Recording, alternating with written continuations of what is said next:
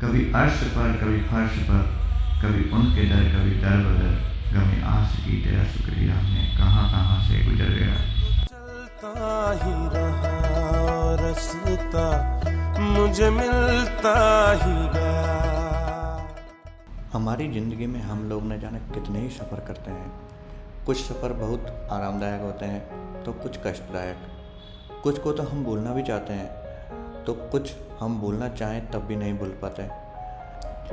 उन्हीं में से कुछ सफ़र ऐसे भी होते हैं जो हमारी मेमोरी बॉक्स में हमेशा एक अच्छी याद बनकर सेव हो जाते हैं। ये कहानी भी एक ऐसे ही सफ़र की है जो हमें मिला एक सरप्राइज़ के रूप में। और सरप्राइज़ इसलिए कहेंगे क्योंकि हमारा प्लान अलग ट्रेन से जाने का था और उसका टिकट पहले ही करवा चुके थे, लेकिन ट्रेन के टाइमिंग से कोई 2 घंटे पहले ही हमारा सारा प्लान बदल कर बोले कि आपको उस ट्रेन से नहीं दूसरी ट्रेन से आना है और ये रहा आपका टिकट। अब सोचो कैसी फीलिंग आएगी, क्योंकि सारी तैयारियां पहले से ही फिक्स टाइमिंग से करते हैं और पहले वाली ट्रेन में बहुत सारा टाइम हो, क्योंकि वो ट्रेन रात को करीब 1 बजे की थी। तो सारा कुछ आराम से करना था क्योंकि करीब 3 बजे तक हमारी ड्यूटी ख़त्म होती है और उसके बाद सारी तैयारियां करनी थी। और तब तक हमारा लाडला आरुष भी स्कूल से फ्री होकर घर आ जाता है। सब कुछ फिक्स टाइम पर सेट होता है, लेकिन अब हमारी ट्रेन और जाने का टाइमिंग बदल चुके हैं और नया टाइम था शाम 5:25 PM का। और हमें पता चलता है दोपहर 2:30 पर कि आपकी ट्रेन और टिकट बदल गए हैं। तो फिर हमें बस 2 घंटे में पैकिंग करके खाना खाकर उसी टाइमिंग से घर से स्टेशन पहुंचना था। और इसमें सबसे बड़ी समस्या थी आरुष को तैयार करके साथ लाने की, क्योंकि वो एक 9 साल का बहुत ही जिद्दी और नटखट टाइप का बच्चा है। फिर जैसे तैसे स्टेशन पर पहुंचते हैं और वो भी ट्रेन के राइट टाइम से करीब 5 मिनट लेट। तो ये सब था हमारी ट्रेन के चेंज होने की कहानी। अब आगे की स्टोरी बताने से पहले हम चलते हैं इस स्टोरी के फ्लैशबैक में, क्योंकि ये साल का है फरवरी महीना और 2 चाहने वालों के लिए फरवरी का महीना भी बहुत महत्व रखता है, क्योंकि फरवरी को लोग प्यार का महीना भी कहते हैं। और ऐसे महीने में हमारी श्रीमती जी को दूर जाना पड़ता है, क्योंकि हम दोनों का जो भी ऐसा है और लोग सच ही कहते हैं कि कुछ पाने के लिए कुछ खोना भी पड़ता है। तो हमारी श्रीमती जी को अपनी ड्यूटी के सिलसिले से हमसे और आरुष से दूर जाना पड़ता है, और वो भी एक बहुत ही सुंदर से शहर जो कि राजस्थान का सबसे प्रसिद्ध और सुंदर पर्यटक स्थल भी है, जिसे लोग पूर्व का वेनिस और झीलों की नगरी कहते हैं, वह है उदयपुर। अब इतनी सुंदर जगह पर, और वो भी फरवरी महीने में। अब इस महीने में हमारी प्रिय चाहने वाली श्रीमती जी से दूर रहना थोड़ा तो मुश्किल है। तो प्लान बनता है कि श्रीमती जी से मिलना भी हो जाएगा और झीलों की नगरी में घूमना भी हो जाएगा। सब कुछ फिक्स था, हमारी प्लानिंग भी और तैयारियां भी। लेकिन हमें तो पता ही नहीं था कि हम खुद सरप्राइज हो जाएंगे, क्योंकि हमारी श्रीमती जी हमें सरप्राइज दे देगी हमसे पहले। और ऐसा जो हम कुछ बोल भी नहीं पाएंगे कि ऐसा क्यों किया कि बिना बताए ट्रेन भी, टिकट भी और जाने का टाइम भी चेंज कर दिए। फिर हमारे पास में व्हाट्सएप पर आता है ट्रेन का टिकट, और वो टिकट होता है साल 2023 की सबसे चर्चित और सुंदर सी ट्रेन वंदे भारत का। तो हमें पहले कभी इस ट्रेन में सफ़र करने का मौका भी नहीं मिला था, क्योंकि एक तो ये ट्रेन अभी नई नई लॉन्च हुई है और दूसरा हमारा ज़्यादातर सफ़र हमारी छोटी सी कार में करते आए हैं। तो फिर टिकट देखकर एक बार तो कुछ अच्छा नहीं लगा, लेकिन फिर वंदे भारत जैसी सुंदर और हाईटेक ट्रेन में पहली बार सफ़र करने का एक्साइटमेंट भी हुआ। तो फिर हम जल्दी से अपनी ड्यूटी से फ्री होकर घर पहुँचे और सामान पैक किया, फिर आरुष को तैयार किया। तो तब तक टाइम हो चुका था 5:10 PM। अब 15 मिनट में हमें घर से 6 किलोमीटर दूर रेलवे स्टेशन पहुंचना था और वंदे भारत जैसी राइट टाइम पर चलने वाली ट्रेन को भी पकड़ना था। और इन सब में बीच में पड़ता था रामगंज का भीड़ भाड़ वाला इलाका।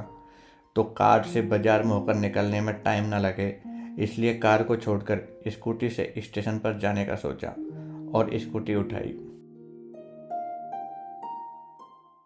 और फिर जैसे तैसे हम रेलवे स्टेशन पर पहुंचते हैं तो टाइम हो चुका था 5:30 PM, और ट्रेन के राइट टाइम से हम 5 मिनट लेट हो चुके थे। लेकिन अपनी आदत के अनुसार लेट तो हम बचपन से ही होते आए हैं, पर हमेशा किस्मत साथ नहीं छोड़ती।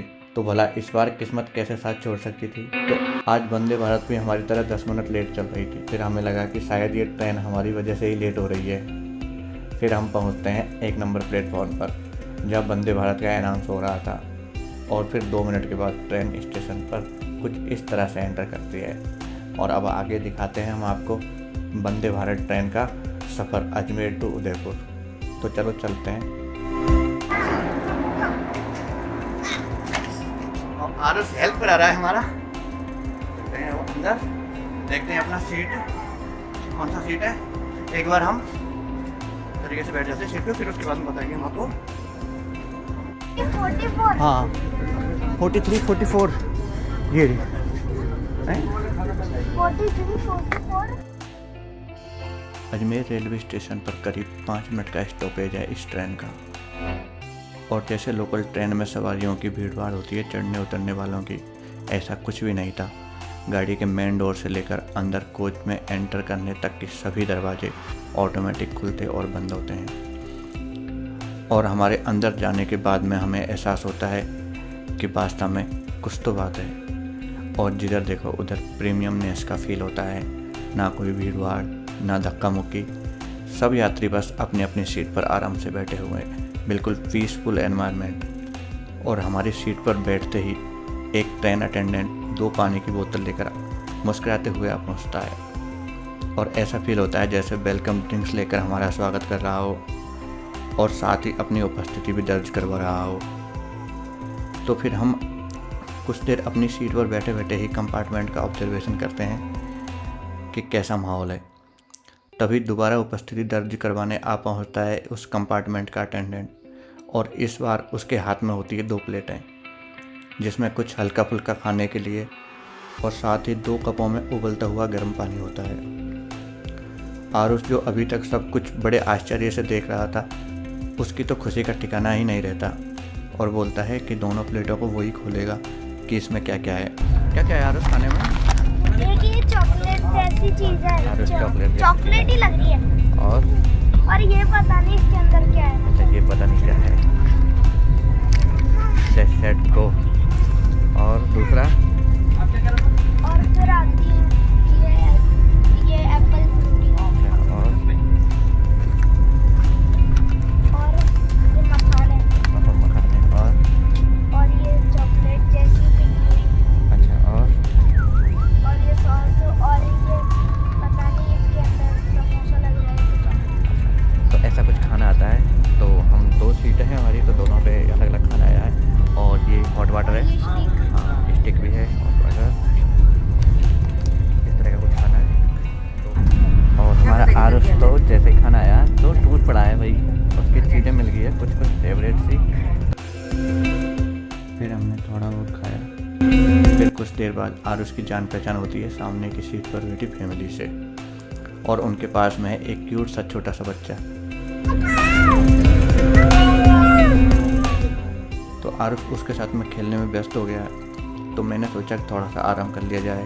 तब तक ट्रेन की आवाज़ आती है कि अगला स्टेशन विजयनगर आने वाला है और गेट इस साइड में खुलेंगे, जैसे मेट्रो ट्रेन में अनाउंस होता रहता है।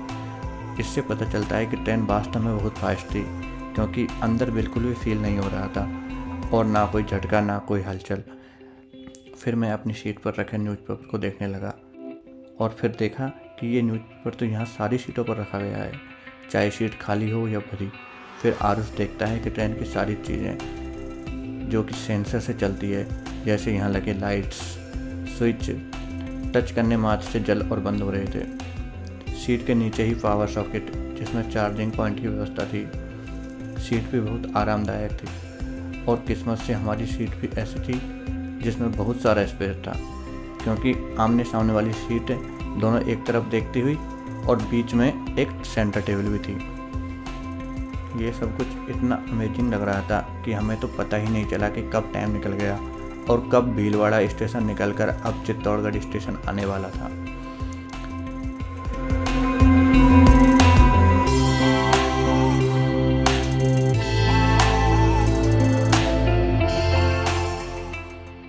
चित्तौड़गढ़ स्टेशन आ गया था तो हमारे सामने वाली सीट पर जो फैमिली बैठी थी वो भी उतर चुकी थी और लगभग पूरा कंपार्टमेंट खाली सा हो गया था। और अब यहाँ से हमारी जर्नी मात्र 2 घंटे की बची थी। तो सोचा कि ट्रेन में एक राउंड तो मारा जाए। तो मैं और आरुष चले पूरी ट्रेन को देखने। सारा कुछ नया और प्रीमियम, सीट ऐसी लग रही थी जैसे हम किसी प्लेन में हों, और मूवमेंट तो बिल्कुल नए के बराबर।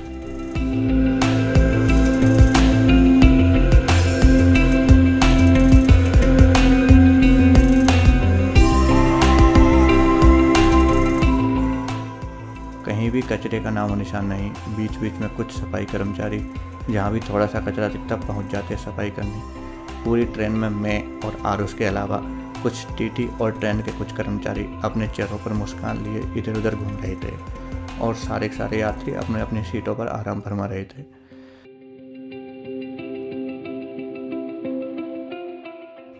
वैसे भी ट्रेन की लगभग ज़्यादातर सीटें खाली हो चुकी थी। तो पूरी ट्रेन घूमने के बाद में जब हम हमारी सीट पर पहुंचते हैं तो तीसरी बार दस्तक होती है हमारे कंपार्टमेंट के अटेंडेंट की, जो शायद हमारा ही इंतज़ार कर रहा था। और जैसे ही हम हमारी सीट पर पहुंचे तो वो भी अधमका अपने हाथों में 2 और प्लेट लेकर मुस्कुराते हुए। तो आरुष ने भी उत्सुकता बस पूछ लिया कि इसमें क्या है। तो वो बड़े प्यार से आरुष से बोला कि छोटे सरकार, इसमें आपका खाना है। तो आरुष को बड़ा आश्चर्य हुआ और मुस्कुराने लगा। अच्छा, सच बताऊं तो आश्चर्य तो मुझे भी हुआ, क्योंकि मुझे भी नहीं पता था कि वास्तव में ऐसा कुछ भी होने वाला है। क्योंकि हम तो समझ रहे थे कि जो पहली बार वो प्लेट लेकर आया था हम उसी को अपना खाना समझ रहे थे। फिर वो अटेंडेंट बोला, सर प्लीज़ खाना खा लीजिए, नहीं तो वो ठंडा हो जाएगा। और ये बोलकर वह अपनी जगह पर चला गया और आरुष करने लगता है उसकी अनबॉक्सिंग। और अब हमारा खाना आया, 8 बजे खाना सब होता है इसमें।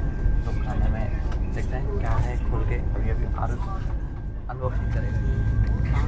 ये है दही, और अब एक एक चीज़ खोल के दिखाएंगे हमारे आरुष जी। तो आरुष खोलिए।